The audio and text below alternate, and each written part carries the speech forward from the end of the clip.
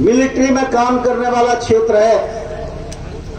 चाहे पहला विश्व युद्ध हो, चाहे दूसरा विश्व युद्ध हो, चाहे चीन की लड़ाई हो, चाहे पाकिस्तान की लड़ाई हो, चाहे कारगिल की लड़ाई हो, चाहे आतंकवाद से लड़ाई हो, ऐसी कोई लड़ाई नहीं है कि हमारे घर के नौनिहाल ने अपने प्राणों का बलिदान मां भारती की रक्षा के लिए नहीं किया हो। हम सबके लिए गौरव का विषय है। इसी तहसील के रहने वाले पंडित राम प्रसाद बिस्मिल, जिन्होंने हंसते हंसते फांसी के फंदे को चूम लिया, लेकिन अंग्रेजों की गुलामी स्वीकार नहीं की। और यह क्षेत्र इस बात का साक्षी है।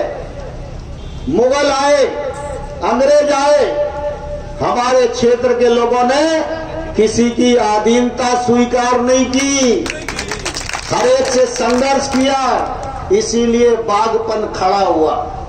बागपन ने बाद में डकैती का रूप धारण कर लिया। पहले सत्ता के विरुद्ध बागपन था, क्योंकि हमारे चंबल के तीर के लोग कोई किसी सरकार को टैक्स नहीं देते थे, इसलिए वो सरकारें बागी कहती थी। आप सब जानते हो, साल में औसत कम से कम 8 शव आते हैं बॉर्डर पे या आतंकवाद से लड़ते हुए अपने प्राणों का बलिदान करने के लिए। हर 2 महीने में, 3 महीने में 1-2 शव आ जाते हैं कि भाई फलाने सैनिक की फलानी जगह शहादत हो गई है, चलो सलामी देना है। होता है कि नहीं होता? गांव गांव में शहीदों के मंदिर बने कि नहीं बने? ये क्यों हुआ? क्योंकि पुरानी सरकारों की नालायकी थी।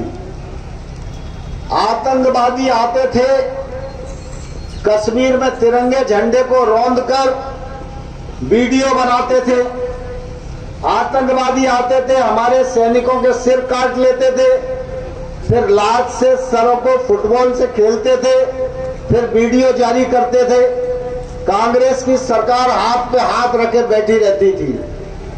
मोदी ने आके कर दिया कि एक गोली अगर आतंकवादी की चले तो हमारी सेना बिना इजाजत के 10 गोलियां चलाने का काम करे।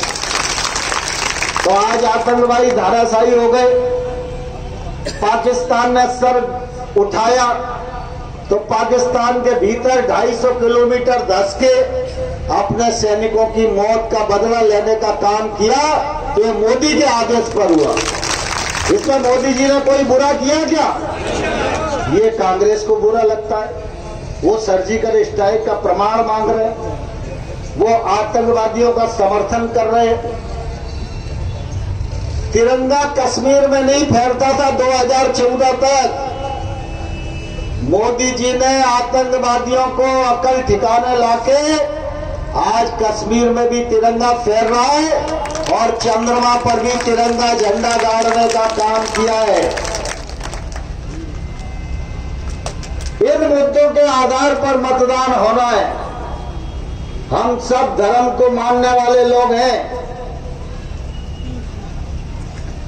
यहां जितने लोग बैठे हैं, राम मंदिर का आंदोलन चला था तो इन सब ने राम शिलाओं का पूजन करके शिलाएं अयोध्या भेजी थी। भेजी थी क्या नहीं भेजी थी? याद है क्या नहीं? हाथ खड़ा करके बताओ, भेजी थी क्या नहीं भेजी थी? हजारों साधुओं की हत्या हो गई, हजारों कार सेवकों को गोली से भून दिया गया। कांग्रेस राम मंदिर के विरोध में खड़ी रही। कांग्रेस कहती है राम तो अयोध्या में पैदा ही नहीं हुए। भाजपा सिद्ध करे राम भगवान है कैसे। और जब वोट मांगने की जरूरत पड़ती है तो टोपी उतार के राहुल गांधी जनेऊ पहन लेते हैं, क्या उन्हें लगता है हिंदुओं के वोट नहीं मिलेंगे। अब एक बात बताओ, अपने यहाँ गोत्र बाप का ही चलता है कि नहीं चलता? बता किसका चलता है? अरे जोर से बता किसका चलता है? अब इंदिरा गांधी का लड़का राजीव गांधी और इंदिरा गांधी के पति थे फिरोज खान। तो राजीव गांधी किसका बेटा हुआ? फिरोज खान का हुआ क्या नहीं हुआ? हुआ क्या नहीं हुआ? अब राजीव गांधी का बेटा राहुल गांधी, राहुल गांधी की अम्मा ईसाई और पिता फिरोज खान का बेटा। तो बताओ राहुल गांधी का गोत्र दत्तात्रेय कैसे हो जाएगा? अरे बताओ, हो सकता है क्या? अरे व्यास जी बैठे हैं, बताओ। पूरे देश को मूर्ख बनाने का काम कांग्रेस पार्टी कर रही है।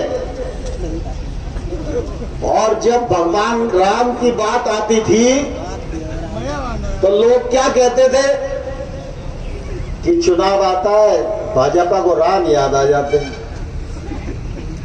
कहते थे राम लला हम आएंगे और मंदिर वही बनाएंगे, लेकिन कांग्रेसी कहते थे तारीख नहीं बताएंगे। लेकिन वो तब भी कहते रहे जब मोदी प्रधानमंत्री बन गए। लेकिन मोदी जी ने तारीख भी बताई, शिलान्यास भी किया और मंदिर में भगवान रामलला की प्राण प्रतिष्ठा करने का भी काम किया।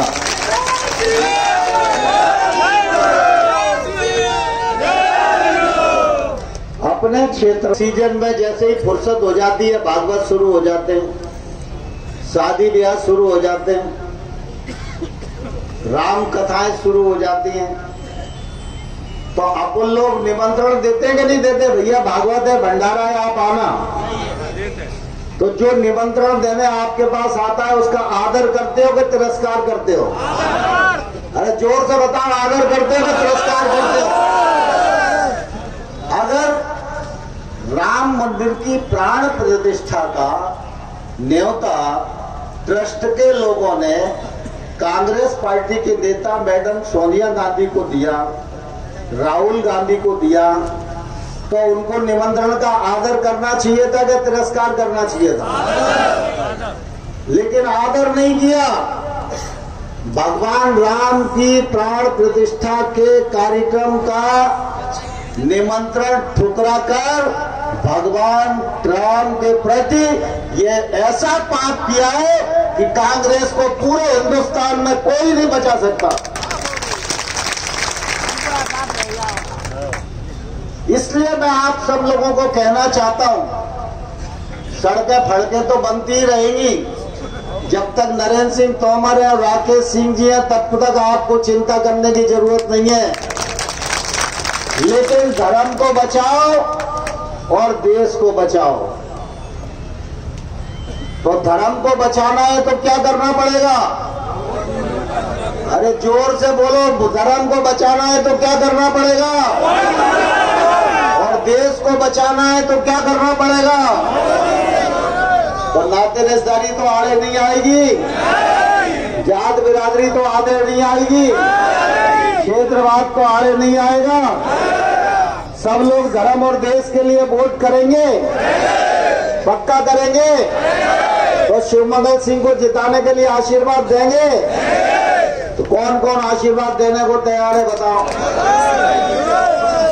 सब लोग हाथ खड़ा करो और मुट्ठी बांधो,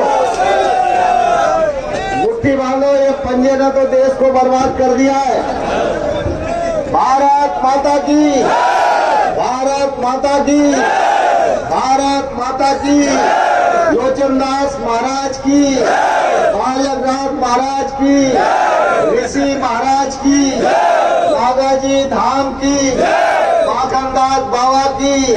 भाजपा को जिताएंगे, जिताने के लिए घर घर जाएंगे, कमल के लिए वोट मांगेंगे, कमल का बटन दबाएंगे, औरों से भी दबाएंगे, शिवमंगल सिंह को जिताएंगे, मोदी जी को प्रधानमंत्री बनाएंगे। हर हर महादेव।